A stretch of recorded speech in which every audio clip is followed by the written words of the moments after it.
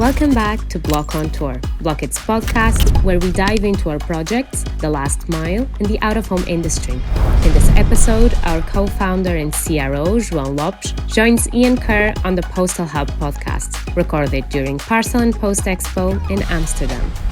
I'm here with João Lopes, the founder, CRO, and head chef at Bloq.It. Everybody knows Bloq.It for parcel lockers, but we're not just going to sit here and talk about metal and doors and the physical hardware. Let's talk about a bit more about why parcel lockers matter as part of the modern delivery landscape, what parcel lockers mean for returns, and things like that. Well, let's start by talking a little bit about, I said I wasn't going to talk about metal, but we'll talk about technology. We've had a lot of discussion in the sector lately about, do we do battery-powered lockers? Do we do solar-powered lockers? What are we going to do there? How can we have a good solution that's going to be sustainable, modular, and meet the customer's needs? So what are you seeing right now? What are the trends that we're seeing at Bloq.It when it comes to the power? I think the narrative and the discussion in the industry ends up becoming very narrow focused on this topic or at least has become a bit narrow focused on this topic. Generally speaking, customers, and I mean our customers, they don't really care about the power source much. It's not their first question. Where'd you get your power from? Yeah, exactly. Like they want lockers to be deployed and close to their customers. When the market starts picking up and getting mature, that's where typically a lot of these companies will be competing for the most, is who gets the best spots, who can scale faster, who can deploy more lockers on the street. Because this really makes a difference for their success. If they're close to the customers, they have a much better chance of being the winners of that market. If they can deploy faster, then they get more density. They have a better shot at winning that market. So it really becomes an existential thing for them, and it's one of the main points of focus. So for them, it's really about being able to just deploy the lockers anywhere. Like the ideal flow for our customers and for us as well is, I send you a location list, and the locker appears there. That's it. It's that simple. And that's what we do with our partners, by the way. They send us a location list. Usually they don't even send it anymore after scale. It just automatically comes from their CRM. We have the location list, we analyze it, we understand what's the best for that location, and we deploy the locker there. Ideally, we say no as little as possible. If it's a battery powered, if it's a grid locker, whatever goes faster and cheaper. That's how we see it. You just said something interesting there though. You said you say no as little as possible. Yeah. But what would make you say no to a parcel locker location? I know it's a difficult question in some respects, but we've seen some of these examples have gone viral on social media, like lockers that are sort of at the top of a set of steps, or lockers that are in a no So this case will always happen. And is that the kind of thing we're talking about? Yeah, and it really depends on how the customer is also acquiring locations. Some of them already have a process where they know that the location is already refined by the time it gets to us. Sometimes it's not. Like maybe they have an inbound process, they get some people contacting them to get a locker. We go on site, we understand, okay, this place is just unreachable. Like no matter what we do, even if you place a locker there, you don't want the customer to go there. So these cases happen. And you gave a good example. Like, sometimes it's like the third floor with some really shady stairs. Like you don't want to go there. So in that case, you even should advise the customer, like, hey, you gave me a location, you probably don't want a locker there. We should rethink this. So those are the kind of things. I think historically, for us, maybe a couple of years back, it would be, okay, if there's no power source nearby, that would be a problem. That's why we made the battery locker. So nowadays, we really don't have that. And a fun fact for you. So if you go to the last quarterly earnings report call from InPost, you'll see they're talking about our partnership, which we've closed now to provide them with battery lockers. And one of the things they've mentioned is that in the UK alone, in the last, I think, year or so, they had to basically but say no to 10,000 locations because they couldn't get a power grid source there. So for this type of customers, being able to actually deploy a locker that doesn't have power access, for example, opens up a lot of more spots. So this is what I mean by saying no as little as possible. This is what I mean by it. Yeah. So there's part of that as well, though. We often think about it, like we talk about customers accessing the lockers. We do have to think about how the driver is going to access the lockers to drop things off. But perhaps a topic for another day. Let's talk a bit about first mile, last mile, and so just before we go there, on the topic, and sorry to interrupt because it's a great topic as well, but people I was saying, they focus a lot on this power source, and I think there was like this narrative around solar panels being a good thing because everybody likes solar panels because they're environmental friendly and whatnot. Generally speaking, what we've seen is that solar panels are cool, but for a lot of companies, they end up being almost like a shortcut to achieving autonomy. Meaning, I can make an autonomous locker as long as there's a solar panel on it. And that's not really autonomous. That's almost like cheating a little bit, which is, okay, if you remove the solar panel, then you don't have an autonomous solution anymore, or you won't have it for a couple of days.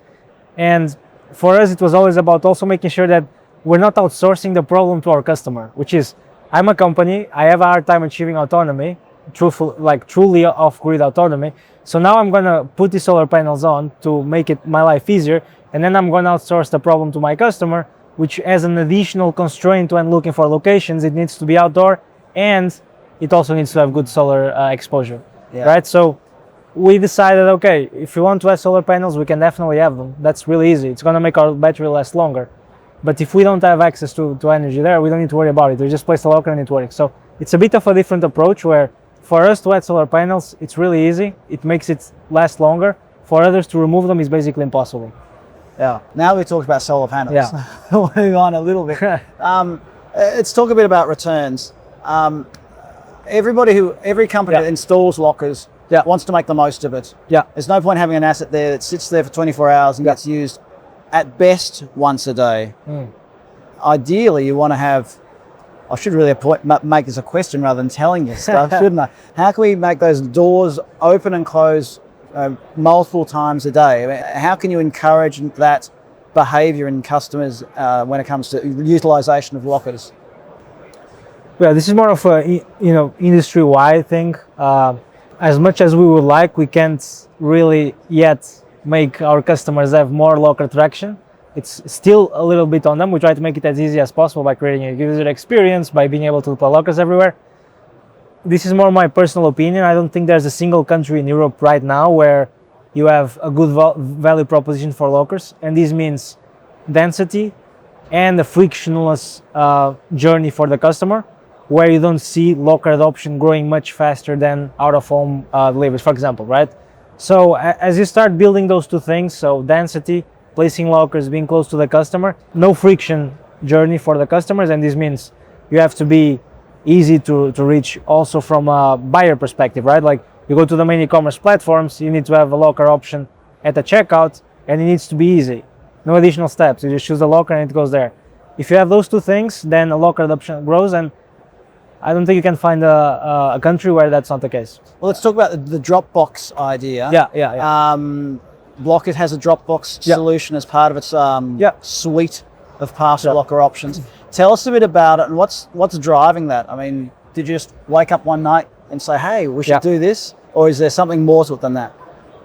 So it's a good question, and this is related to our new product launch, the Drop. We've just launched and we're going live with it next month already in the UK. So we're gonna have our first units on the ground, done in record time as well. And the Drop for us was very much come out of first principles, which is you have a locker, and as everybody knows, a locker has multiple compartments. Generally speaking, one parcel goes into one compartment. There's some exceptions where you can put multiple parcels for one person, but generally speaking, one parcel goes to one compartment. And when you're doing first mile from a user perspective, you're placing your parcel inside a compartment for it to be picked up by a courier. Now, in most cases, the vast majority of cases, the parcel size doesn't match the door size exactly, which means you leave some empty volume there. Now, if the courier is picking up your parcel anyway, it doesn't need to be securely segregated door by door. So you could technically have a lot of parcels in a single compartment, let them pile up so you use that volume as effectively as possible, especially with smaller parcels where you have a lot of them in first mile and growing volumes because of players like Vinted. So this was the first principle approach of thinking, okay, if I make this individual door just for first mile, because the driver is collecting it so that the parcels don't need to be separated, and I let it like physically loose so the parcels pile on top of each other, you end up having a lot more parcel per volume. which makes the place more efficient. Yeah. So that's the logic behind the concept of a drop-off box. When we talk about the drop box, it's not we've got street posting boxes around the world offer a similar sort of thing. If you're operating a drop box as part of a parcel locker installation, can you monitor the volume that's going into that? I mean, if you need to clear that multiple times a day, can you do that? Do you have that technology built into it? For sure. So our drop box obviously can tell how many parcels go in. So every parcel is, there's a counter obviously on the system because you need to keep track of those things. But there's also ways to see how full it is. Not only if it's full or not, but generally how full it is. And we went further actually. So in some specific cases, so for example, when you're talking about the drop-off box, in our case we have two different products. They are generally the same. So one of them is an extension to the locker, meaning you have a locker and one of or a couple of doors are taken out and you have a drop box module. And you might think, why do you need that in a locker? Because you can already do returns in a locker. And the idea is, again, like if you can channel all this first mile volume to this box, you can maybe put 30, 40, 50 parcels in, small ones, and you're technically freeing 30 to 40 to 50 doors that would otherwise be busy with first mile. So from that perspective, you can overnight almost go to an existing locker and making twice as efficient in terms of how much parcels you can take. So the unit economics are amazing there. And that's the first product. The second product is what we call a standalone drop, which is essentially a smaller unit. It's almost like a mini locker to some extent that only takes parcels for first mile.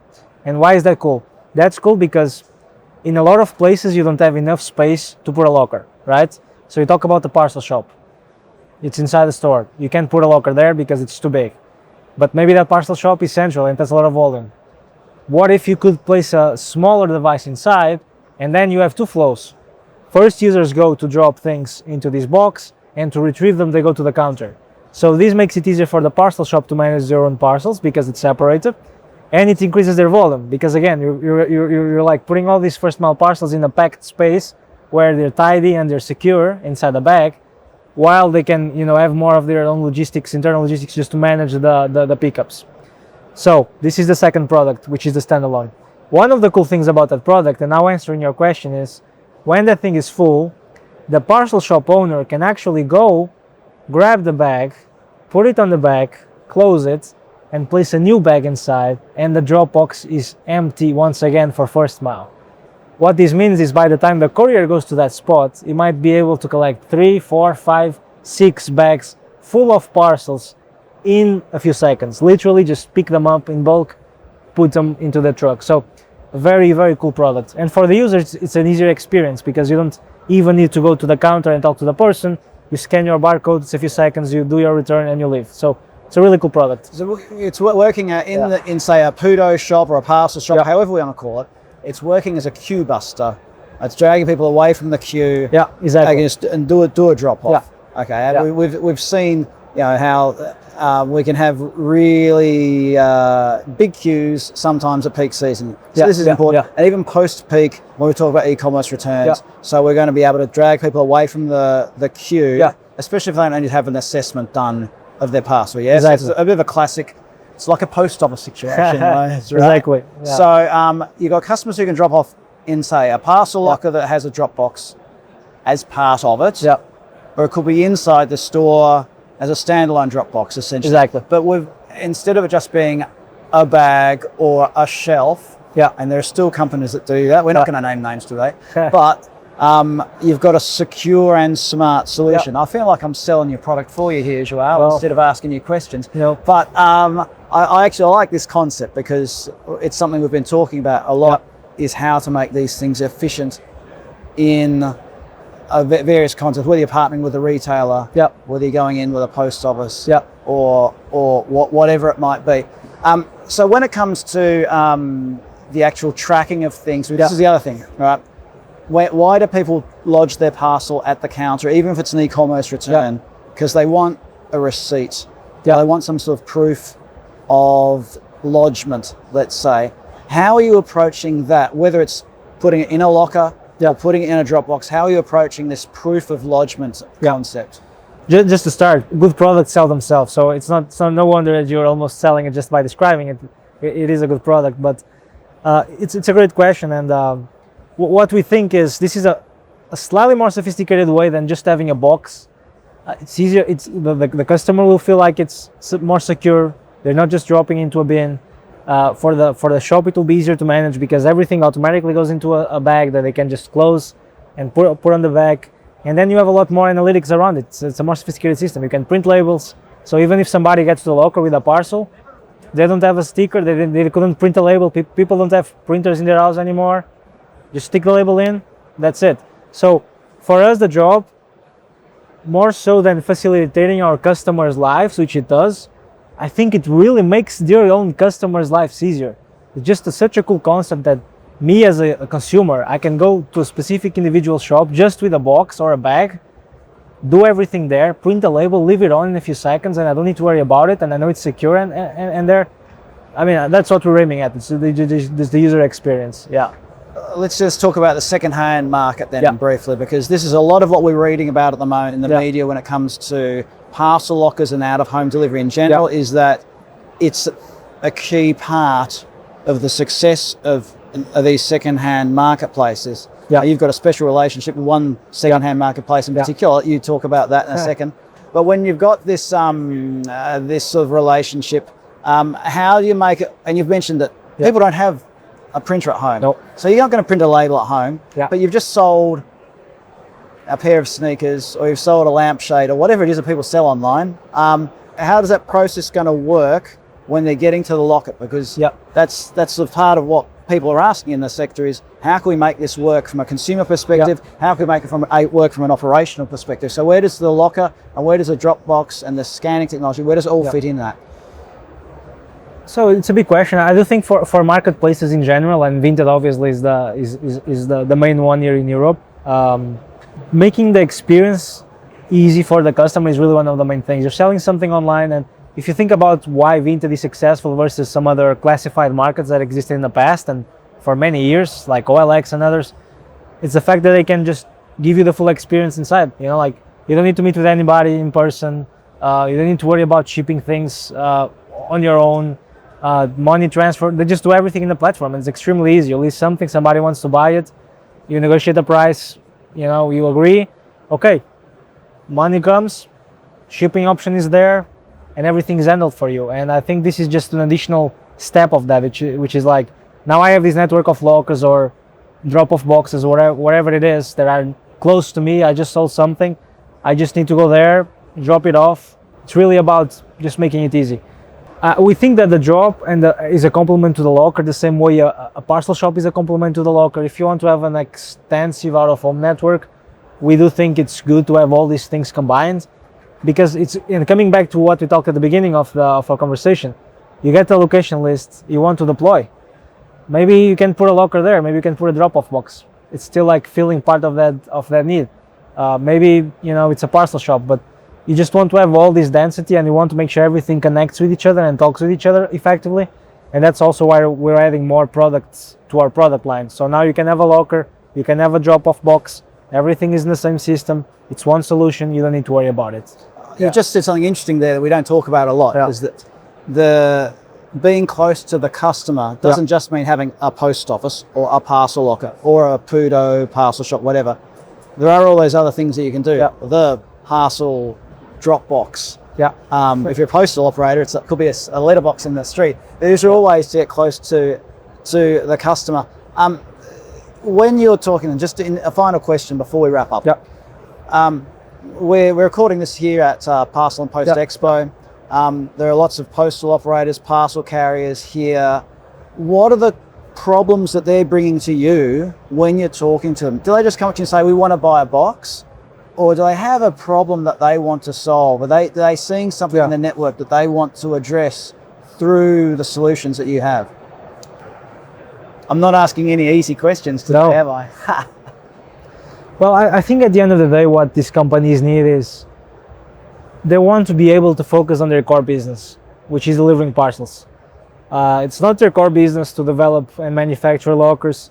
It's not their core business to service these lockers.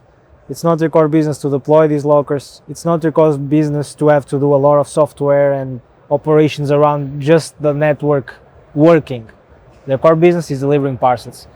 And I think that's what we realized at Bloq.it, which is a company comes to us, we'll build a locker network for you, okay?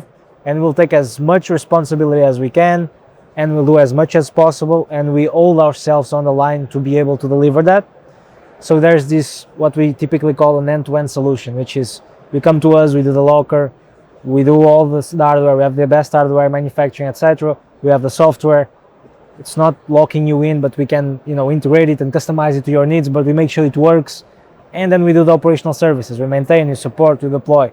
The result is you get a locker network that works. Look at Vinted, over 10,000 points in less than 3 years, 5 countries.